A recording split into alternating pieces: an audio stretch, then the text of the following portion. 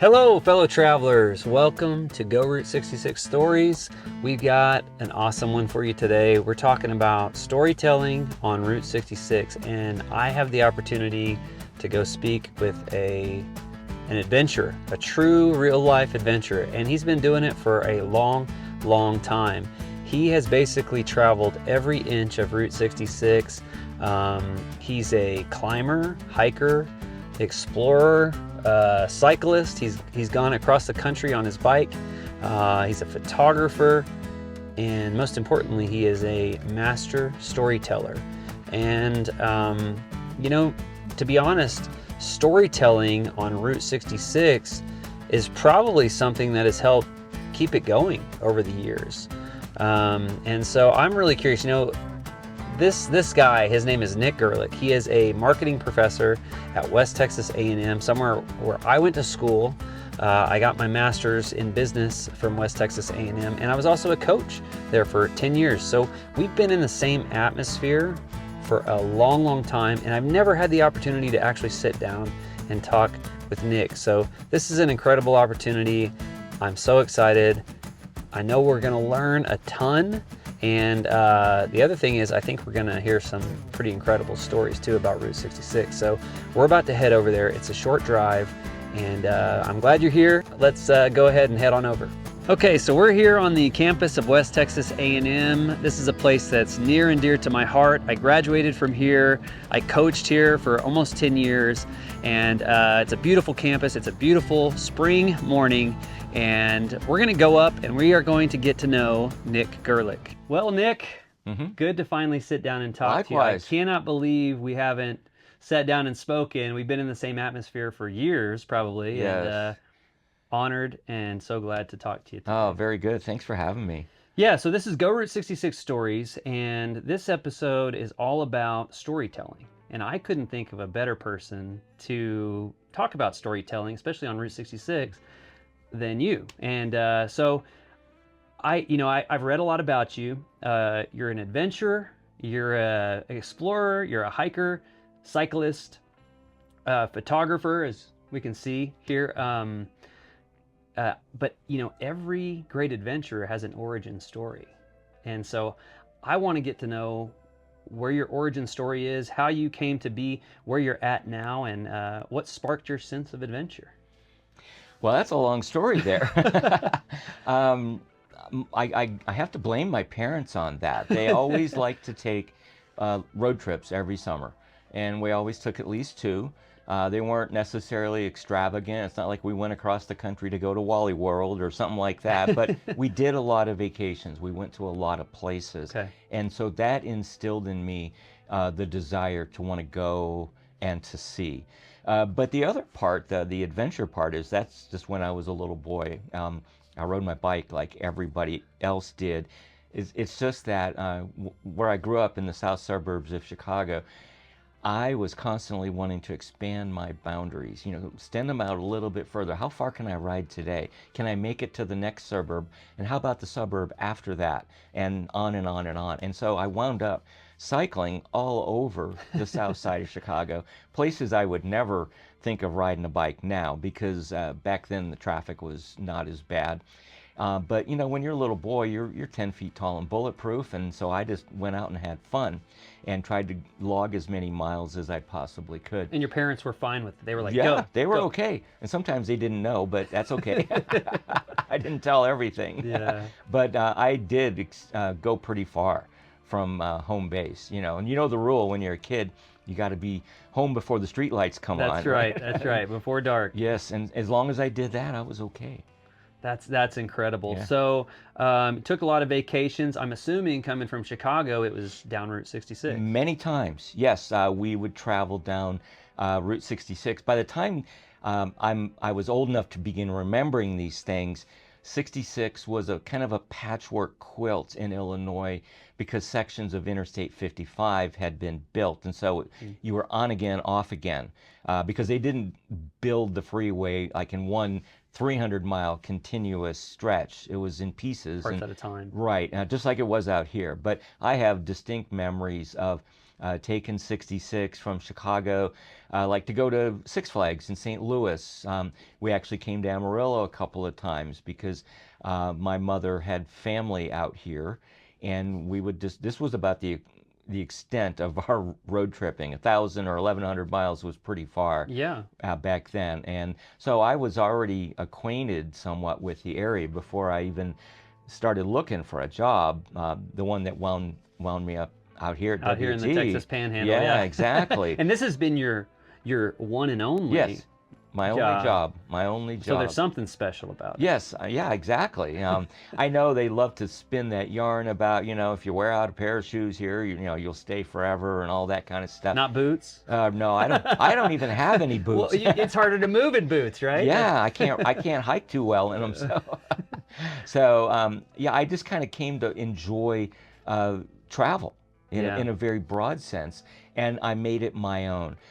It necessarily involved a lot of bicycling for many, many years, either training or racing, doing the Race Across America. That's a great way to see the country. Oh, that is. Wow. It's probably not the most comfortable Grueling. way, but I saw it. It is, yeah, very grueling. 11 days, 9 hours, 20 minutes from coast to coast. That's, absolutely insane. When do you eat and sleep? On the bike. Yes. Just hope you stay on the road. Yeah, exactly. But we were doing liquid food, Yeah. and so you just slam another bottle of this chocolate slurry, and it had Okay. like 600 calories in a bottle, so you could live off of it. What an adventure. Oh God, mean- yes, it was an incredible adventure. So tell me a little bit about your father, because from what I understand, he seems like a big inspiration for you, especially later in life and traveling Route 66. My dad regaled us over and over and over with stories from his epic 1955 road trip. This was a guy trip. Dad was still a bachelor, and his two buddies were bachelors, so they loaded in to his brand new 55 Bel Air that he had bought Very cool. just for this trip. That was his first car, by the way. He was 34 years old at that point, buying his first And car. he's like, I'm going to put some miles on this Yes. Bel Air. Oh, yes. And so they decided to go to L.A. To visit the family of one of the other bachelors, and that meant they had to go down Route 66. And so they did. And as the story goes, they did it in 3 days to get to L.A. That's 800 miles Wow. a day. So they're not stopping to see all the sights. They but- were flying because so much of 66 was still 2 lanes around the country. Not all places, but in the open in the country, it was just a 2-lane road. Okay. So that meant they were hauling Yeah. to do 800 miles a day. Yeah, that's crazy. But he had so many stories from that trip. You could tell that it shaped his life. And by virtue of his storytelling, it shaped mine. So he was a great storyteller. Yeah. Oh, yeah. He loves telling stories. He was good at it. And he would never just regale us with a story and then that was it. No, he would remember something else for the next time. And so And it just it built on itself over and over again. Hello, fellow travelers. Download the GoRoute66.com mobile app so you can keep up with all things Route 66. So how did that influence you, not necessarily in your storytelling, but your adventuring? Because I have this belief that storytelling can really motivate us to move and motivate us to get out because of the narrative. And you want to go explore this narrative for yourself and create your own story. So how did your dad's storytelling, and I guess maybe this idea of what Route 66 was and maybe what the American West was, how did that shape your sense of adventure and want, your need and want to get out on the road? Well, I think a good storyteller makes it such that the listener feels like they see themselves in that story too. Yeah. And they want to go experience those same things. They want to use all their senses. They want to see, they want to hear, they want to smell, they want to taste, and so forth. And so my dad, I don't think he intended it this way, but he just did. Yeah. He invited me into his story so that I can make it my story. And I think that's an important part of why or how Route 66 has survived. all these years, it's because of the great storytellers. And sometimes that's the people on the road that you meet at the different mom and pop shops, and they're telling the stories about the travelers that came through. Maybe you can speak to that because you've seen so much of the road. You've got to have met some incredible storytellers out there. Oh my, yes. And I've been doing this long enough and meeting people who are old enough that I can now say that, well, sadly, some of those storytellers are gone, Yeah. but I captured them.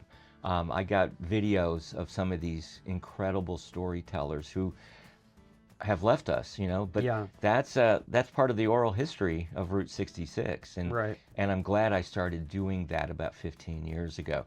I used an iPad, and I just walked in and started talking. I said, by the way, you're on camera. It's so important. I mean, that's why we're here with you. I mean, we want to capture your experience, and maybe you can tell us maybe a story or two of your experience. And I'm kind of curious. Maybe, as I know you're kind of a solo adventurer. You go out on your own, and maybe what's maybe one of the most dangerous or one of those scary encounters that you had while you were out there traveling solo. Man, well, some of them. Well, let's see. The statute of limitations has run out. Okay, so I guess I can talk about them now. All right. Well, but I made sure to know what the statute of limitations was in each state. Yeah. Just in case I forgot, and posted a photo somewhere on social media. Somewhere you shouldn't have been. Yeah, exactly. But it's 2 years in Texas. Okay. Okay. All right. That sounds about right. I've been a lot of crazy places that I probably shouldn't have been, but my philosophy has always been I'm leaving footprints and taking photographs and building memories, and that's it. Yeah. I mean no harm, and I've never had any issues in Texas. Fortunately, everybody's really friendly here for the most part. I've never found myself on the wrong end of a gun. Yeah. Okay. That's good. Not in That's Texas good. anyway. Right. Okay. New Mexico, I could tell stories of a guy who pointed to the ones on his dashboard. He was not happy. Oh, man. A buddy and I were kind of exploring one day in his truck on this fella's land, and that just didn't go over too well. But we wound up becoming good friends with him, and by the end of the day, he was offering us cold beer. So it's like, okay, we're all right. We're gonna live through this one. Yeah, that's a good reconciliation. We had to reel him back in a little. Another time, this same fella and I kind of got in a predicament in New Mexico on tribal land. Yeah. I learned right then and there, I don't ever want to spend the night in a tribal jail, because any attorney I can bring is not going to be able to do a whole lot, because it's their nation. You know? I'm out of luck. So anyway, this was crazy. We got busted for being on some tribal land in New Mexico, and we were fortunate they only made us delete our pictures on our good cameras, but they forgot to ask for the ones on our phones, because I always shoot two. I'm very compulsive about that. I shoot with my good camera, and then I always shoot with my phone, mostly because I know it's grabbing the GPS coordinates, and if I ever want to know where I shot something, I can just look at the phone pic and go to the metadata, and I can find it exactly. And so they didn't make us delete those photos, but, and this is the crazy part, my friend had a firearm with him, which we determined was probably not a good thing to have on Indian land. Yeah. And so we had left a third person by the freeway with our vehicles, just to kind of watch them and keep an eye on things while my friend and I explored this old section of dirt 66, as we call it. It was just a dirt road. And he radioed us and said, we got company. Be sure to follow us on social media at GoRoute66 for more great videos and information. So sometimes it is good to travel with the crew. Yeah. So we knew what we were getting into, but then there was that nasty little sidebar issue of now what to do with this gun. And we wound up, he wound up having to ditch it in a shrub. Just in case, with the idea that we're coming back to get it. Yeah. So, I mean, you've seen parts of Route 66 that a lot of folks haven't been able to experience. Is that Oh correct? yes, oh yeah.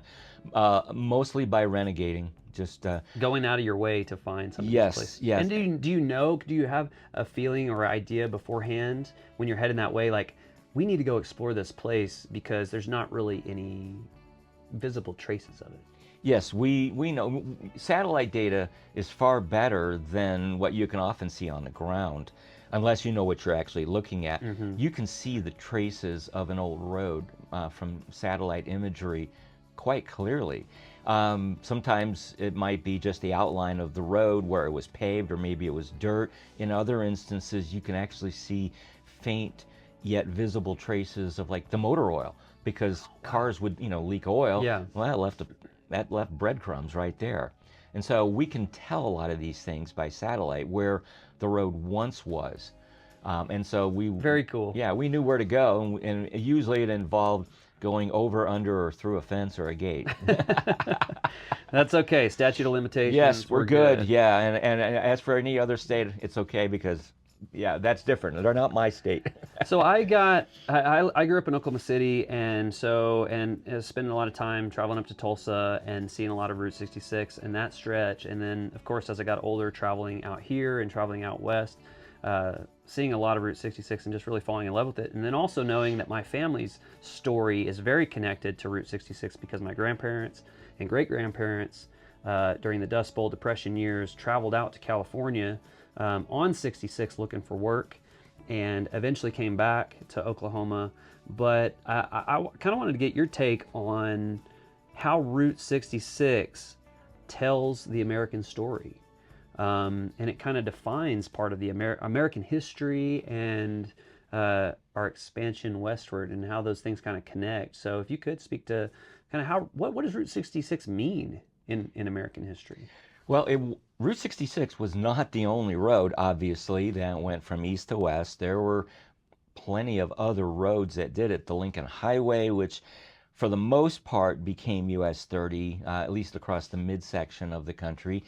US 90 across the south, US 80, 70, 60. I mean, all the big numbered roads that ended in zero. Zero, Those yeah. were big ones that typically went coast to coast. And so 66 wasn't the only one like shuttling Dust Bowl refugees or anything. There were a lot of folks moving west, but for better or worse, 66 just kind of captured the ethos of the time. And this spans a number of decades, from the late 20s when we fell into a Great Depression, to the 30s with the Dust Bowl, to the 40s during World War II, and then late 40s and into the 50s, the post-war recovery and the advent of car culture in America.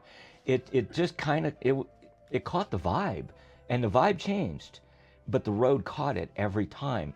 66 just had that, I don't know, kind of an unwitting presence to be in the right place. It connected Chicago and LA, which was magical. US 90, for example, which was originally the old Spanish Trail, that went from St. Augustine to San Diego. Okay, the great towns and everything, but there wasn't the magic. Chicago to LA, though, caught all that magic. The westward expansion early on, and all the people just wanting to find a better life in a different place. I've heard Michael Wallace describe Route 66 as a crooked village through 8 states that doesn't have state lines or county lines. And I thought that's a really beautiful way to put it. And of course, he's a great storyteller himself. But when you can narrate and say that something is like that, and that has a sense of community, it makes it a lot easier for travelers to get out on that road and go explore it for itself. So, I wonder how the narrative has changed over the years, even from like when the 20s when Route 66 started to even now. What's your take on how the narrative about Route 66 has changed over these 100 years? That's a good question. I think a lot has to do with the change in just our citizenship here. We have become more time bound. We live in the world of time poverty Everybody needs to do a lot more faster. That's a great way to put it. And so that's why the old 2-lane in many parts of the country was replaced by 4 lanes so it could handle more traffic and go faster. That's why they started building bypasses around towns, because nobody wanted to go through town anymore, because that took time. Yeah. And so if I didn't have any business in that town, like I didn't need gas, food, or lodging, I wanted to get around it. And that happened along Route 66 quite a bit. We may like to think that the modern freeway was what brought about the bypasses. Oh, no, no, no. There were bypasses on Route 66 as early as the 1930s, bypassing teeny tiny little towns, but nonetheless shaving a few minutes here and there so that you could get down the road just a little bit faster. Time and money. Mhm. So that leads me to another question that is maybe a broader issue about speed, efficiency, fast-paced lifestyle. Do you think that affects our storytelling? Do you think that impacts our ability to tell great stories? If we're focused more on getting from A to B, do we miss everything in between? Not only do we miss everything in between, we just miss the story. There is no story to be told. Okay, I drove from Phoenix to Amarillo, which I just did. I needed to get back. There was no story to write. It's like, just get out of my way. I'm going to set the cruise on 80 and go. Yeah. So when you travel, when you're out traveling, because you do it quite often, and I know sometimes you have to get from point A to B, but do you make a conscious effort to say, I'm going to slow down here? That All way the I can time. capture this All story. the time. Those who know me know that when I'm going west, my first stop is usually in Santa Rosa. And I have a variety of reasons. I usually, need to visit the men's room. I need to get more coffee. But while I'm there, I walk 2 or 3 miles and I photograph Route 66. And to the extent that I have pretty much photographed every building on Route 66 in Santa Rosa, New Mexico, I got to know the town so much better than even when I was driving through it, very intentionally driving Route 66 as opposed to I-40. I've bicycled it, but when I'm bicycling, I'm doing 15 or 20 miles an hour. When I'm walking, I'm only doing 3 or 4 miles an hour. And so I experience a very different town at that slow speed. And it just invites me to pause and look at it. Yeah. Like an empty field. I can tell you where an old motel was. There's still a basketball goal and a playground, piece of playground equipment where this motel was, and the shell of the sign. Everything else is gone. But when I walk past it, I pause and think about that because I know what was once there. So when you see an abandoned building, because I know that's one of your passions, and some of these signs that have been, just left, you go back in time, it seems like, and try to experience some of what they were experiencing back then. I'm a time traveler, and I know people think I'm nuts when I tell them I hear, I listen for voices. I really am listening for the voices of the past. I'm not crazy. I know it's kind of a metaphor, but I am actively seeking out the stories of, 80, 100 years ago. And do you think that's something that your dad, has something to do with? My dad had a lot to do with that. Yeah, basically, I took what he gave me and I just threw some lighter fluid on it and ignited it. Well, I know for me too. I mean, this has fueled my journey to try to preserve the past and tell the stories of the past. With my great-grandparents passing away, they lived off the land. They were self-sufficient. They lived through hard times, and they did it with a sense of family and a sense of community and a sense of really good communication and storytelling. And so when they passed away, I had this sense of like, oh man, we're gonna lose this if these younger generations don't step up and start slowing down and telling the stories that need to be told to kind of keep this sense of family and community. And it seems like that's been kind of your life's mission. Is that right? That is it, yes. There are times when I truly need to get somewhere fast. We all have to do that sometimes, and so I use the freeway like anybody else. But I will go out of my way all the other times to not be in a hurry, to get off, take the off-ramp, And that's how I get to go experience all these older things, the way things were. It's not like I have this irrational desire to want to go back and reinvent the past and all that. I know we can't, Right. but I can visit the past, and then I can come back to the present and tell stories about it. That's the beauty of it. I don't want to turn back the clock or the calendar or anything like that to the 1950s. But man, I sure wish I could have been a fly on the wall, because I would have had a lot of stories to tell. So in lieu of that, I have to go out and find those stories and bring them back to the present. Want to see more videos about awesome places along Route 66? Head to GoRoute66.com and click on videos. So we spoke a little briefly before we started talking here on camera about your dad and some of his last adventures and things like that. Maybe you can tell us a little bit about this Bel Air and this chance to go revisit his past. I bet that was amazing. Yeah, for his 90th birthday, which would have been in 2011, he and Mom had retired to Florida 25 years before that. My brother and I found a guy in suburban Tampa who had a 55 Bel Air, a fully restored classic car. It wasn't the same color Beautiful. as Dad's. Dad had the turquoise and white. This one was orange and white. Boy, they had some great colors for cars Yes, back they did. then. They did. But anyway, we hired this guy to give Dad a ride. But the thing is, we didn't tell Dad. He had no idea. He's just out for a ride with my brother and me in my van. We're just out driving around, and then we get to this pre-designated spot. This, like, I don't know, it was a gas station or something, and there's this classic car, and I remember saying, "Oh, look, Dad, that's a 55 Bel Air, just like yours." And then I turned in, and he's like, "What's going on?" And then his eyes lit up. Yeah, and we stopped, and we told him, it's like, "Dad, you're going for a ride." That's incredible. Yeah, man. That's just incredible. It was just amazing. I think that's the power of Route 66. Like, Yeah. you talk about your family vacations, and there's this deeply rooted, these memories, and a way to bring us together as a community and family. Yeah. There's so many opportunities to do that because you're slowing down. You're not speeding past things, and man, I think that's just such a cool thing. So, where are we on Route 66 right now today? Where are we? Right now, we're obviously in the centennial year. So it's a year of big celebration.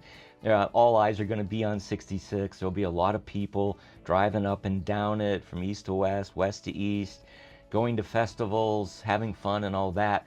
I think the real challenge is to figure out where we go from here. What's going to happen in year 101 and 102 and beyond? What is going to happen to Route 66?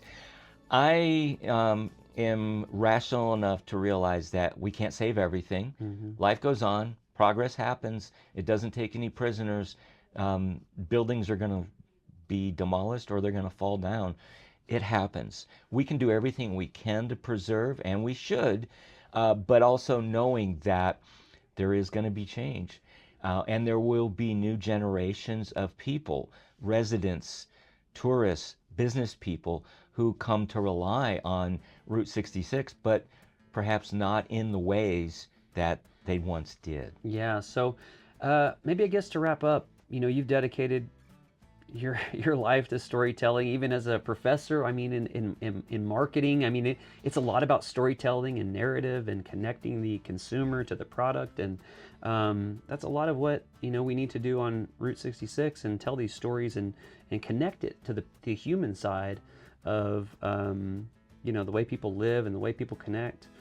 How can we as storytellers, young and old, moving forward, continue to push forward the narrative and preservation of Route 66? I think the challenge for us is to make 66 real for anyone who will listen to us. And that is a challenge, especially when I'm dealing with Generation Z, for example. My students are all Gen Z.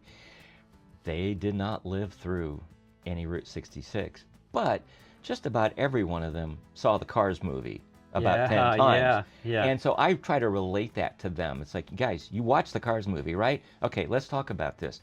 how do we make this real today? And you know, there's segments of Route 66, actually quite a few of them, because you can still drive about 85% of Route 66. If you know where to look, you can go out there and experience this too. They may not have the same kind of nostalgic yearnings that I have, or perhaps someone who's in their 70s or 80s who even lived more of it than I did as a kid. But there's other types of nostalgia. There's a nostalgia for visiting a place that you never experienced. Sure. That the term is anemoia, and it can become a very, very strong attraction to want to go back to a time that you were never there. Kind of like why I would love to be a fly on the wall in the 1950s. So maybe we can inspire these younger generations to become a time traveler. Yeah, just exactly. Like They just need to go out there and find it. It's That's there. Right. It's That's waiting to be found. And my job as a storyteller is to try to pull them into that web so that they want to go out and create their own stories and hear the stories of others. This was a pleasure. I'm sad it's taken us so long to sit down and talk, but we're going to do it again. Absolutely. By all means. Thank you so much, Nick. All right. Appreciate Thank you. Check out GoRoute66 YouTube and TikTok for more great videos and interviews.